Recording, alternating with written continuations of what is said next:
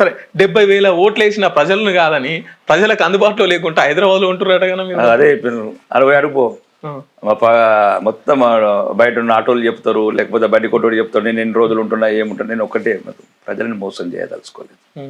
ప్రజలకు అందుబాటులో ఉంటలేరు అని చెప్పేసి ఒక తీవ్రమైన విమర్శ ఉంది. వారంకు 3 రోజులు ఉంటాను, 2 రోజులు సెక్రటరీ చుట్టూ తిరుగుతాను.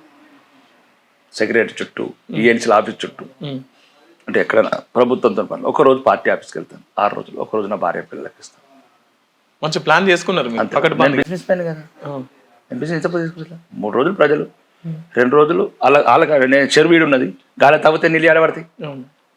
నేను ఇది ఎంబడి తిరగాలి, సెక్రటరీలు ఎంబట వాళ్ళు. మొన్న అసెంబ్లీ అన్నా కదా 200 సార్లు తిరిగిన. నేను కావాలంటే వీడియో తీసుకోమన్నా. తెలంగాణ శాసనసభ్యులు ఇప్పటి కూడా చెప్తున్నా, 119 శాసనసభ్యులు మీరు ఆల్ మీడియా క్యూను స్పెషల్లీ నేను చెప్తున్నా మీకు, మీరు ఆ వీడియో విజువల్ తీయండి. ఆ మాయాసభలు ఎన్నిసార్లు తిరిగిన తిరుగోల పిచ్చోళ్ళు లెక్క. ఎక్కని గడప లేదు, మొక్కని అధికారం లేదు, మంత్రి లేదు. 210 పెండింగ్ నేను ఇష్యూస్. సుమారు ఇప్పటివరకు 1000 పేపర్లు ఇచ్చాను.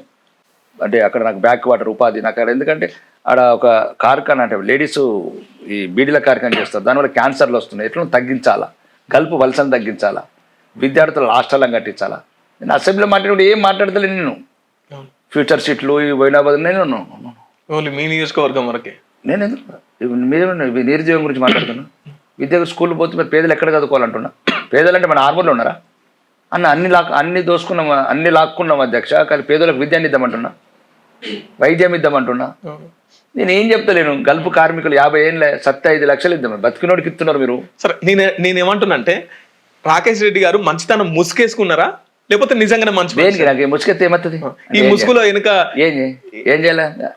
ఈ రకంగా ఉంటే ఎప్పుడో ఈ రకంగా మాట్లాడతాడు. చూసినావు శాసనసభ్యులు మాట్లాడానికి ఇట్లా దొంగలని. అదే నేను అంటున్నా, ఇదంతా ముసుగా లేకపోతే ముసుగు దేనికి? దేనికి ఉండాలి ముసుగు? నాకేమిస్తారు ఇల్లు అంటే ఈ మంచితనం వెనక చాలా చేయొచ్చు, చాలా అక్రమాలు చేయొచ్చు, సంపాదించుకోవచ్చు. దేనికి? కోకాపేట బిల్లు ఉంది, మర్సిడెస్ కార్ ఉంది, రాడో బంగారం వాచ్ ఉంది, ఇంకేం కావాలా? ఇంతకన్నా మంచి తెలదేవుడు. ఒక మామూలు సామాన్యుడు రైతు కుటుంబంకి గ్రామీణ ప్రాంతం, తెలంగాణ మారుమూల ప్రాంతం, ఇనుప బూట్ల చప్పులు, తుపాకీ గుళ్ళ చప్పుల మధ్యన పుట్టి పెరిగినోడిని. ఇంతకన్నా ఏమిస్తాడు నాకు దేవుడు? మీ ఎయిమ్ ఏందన్నా?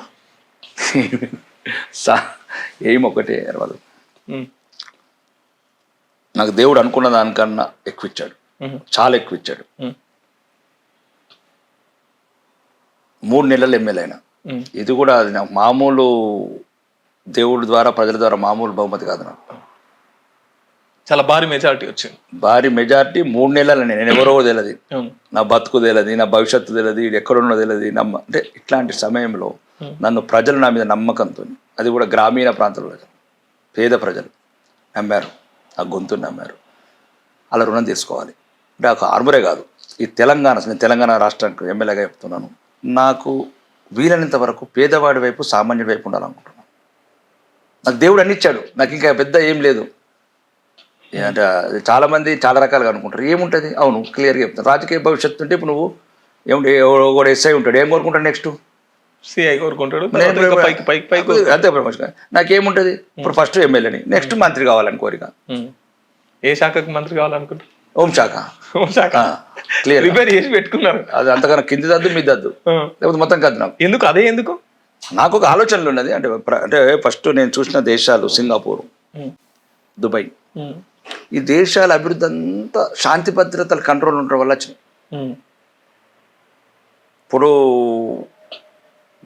మొన్న ఒక లేడీ పెట్టింది ఏదో దేశంలో, సింగపూర్లోనే జాబ్ చేసి 3 గంటలకు వాకింగ్ చేసుకుంటూ పోతుంది సింగపూర్ స్ట్రీట్లో. ఆ దేశంలో కూడా ఇట్లా ఉండలేకపోతుంది. మనం కూడా 3 గంటలకు ఉంటున్నాడు, పోయే పరిస్థితి లేదు. అంటే ఓవరాల్గా నేను గమనించిన అక్కడ దుబాయ్, సింగపూర్ స్పెషల్, ఇంకా వేరే కంట్రీస్ పేరు చెప్పడం అందున్నాయి. మీకు గుర్తుగా తొందరగా ప్రజలకు అర్థమైందని దుబాయ్, సింగపూర్. దుబాయ్లో కూడా రాత్రి 4 గంటలకు షాపింగ్ చేస్తారు ఆడవాళ్ళు.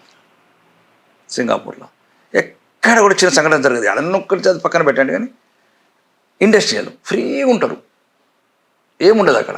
ఆడ పారిశ్రామిక అభివృద్ధి చెందారు, అన్ని రకాల అభివృద్ధి చెందారు. Only first control by law and order. నా కోరిక ఏంటంటే ఈ లా అండ్ ఆర్డర్ కరెక్ట్ ఉంచాలా.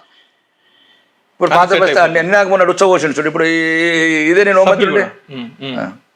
ఇప్పుడు ఏం చేస్తుంటారు? ఏం చేస్తాను మళ్ళీ ఒకరు. అంటే వాటి ట్రీట్మెంట్ ఎట్లుంటుండే అంటే, ట్రీట్మెంట్ అంటే మళ్ళీ ఇంకొకరు ధైర్యం చేయొద్దు. అంటే ఏం చేస్తుంటారు? మళ్ళీ అదే మా తుర్కోళ్ళు ఏం చేస్తున్నారు? ఏం చెప్తున్నారు? ఏం చెప్తున్నారు? ఇరిచెప్తున్నారు ఎక్కడెక్కడ. ఇప్పుడు ఒకటే చెప్తున్నారు మాకు, అంటే చట్టాన్ని చేతులు దీనికి ఒకటి చట్టాన్ని చేతులు తీసుకుంటారు. ఎందుకు చట్టం ఎందుకు ఉన్నది? గోక్కుంత అందుకున్నదా? ఇట్లా గోక్కుంత అందుకు మానభంగాలు చెప్తుంటే, అమ్మాయిలన్నీ చెప్తుంటే, డ్రగ్స్ అమ్ముతుంటే, చాక్లెట్లు ఏం పీక్తుందా? చట్టం. మీ వ్యాపారం అభివృద్ధి కావాలని కోరుకుంటున్నారా? అయితే వెంటనే క్యూనస్ ని సంప్రదించండి. Schools, colleges, banks, shops, office promotions, land promotions, political promotions, restaurant promotions, hospital promotions, పుట్టినరోజు వేడుకలు, శుభకార్యాలు, వ్యాపారాలు ఏవైనా, సందర్భం ఏదైనా ఇప్పుడే క్యూనస్ ద్వారా తెలియజేయండి. మీ వ్యాపారాన్ని అభివృద్ధి చేసుకోండి.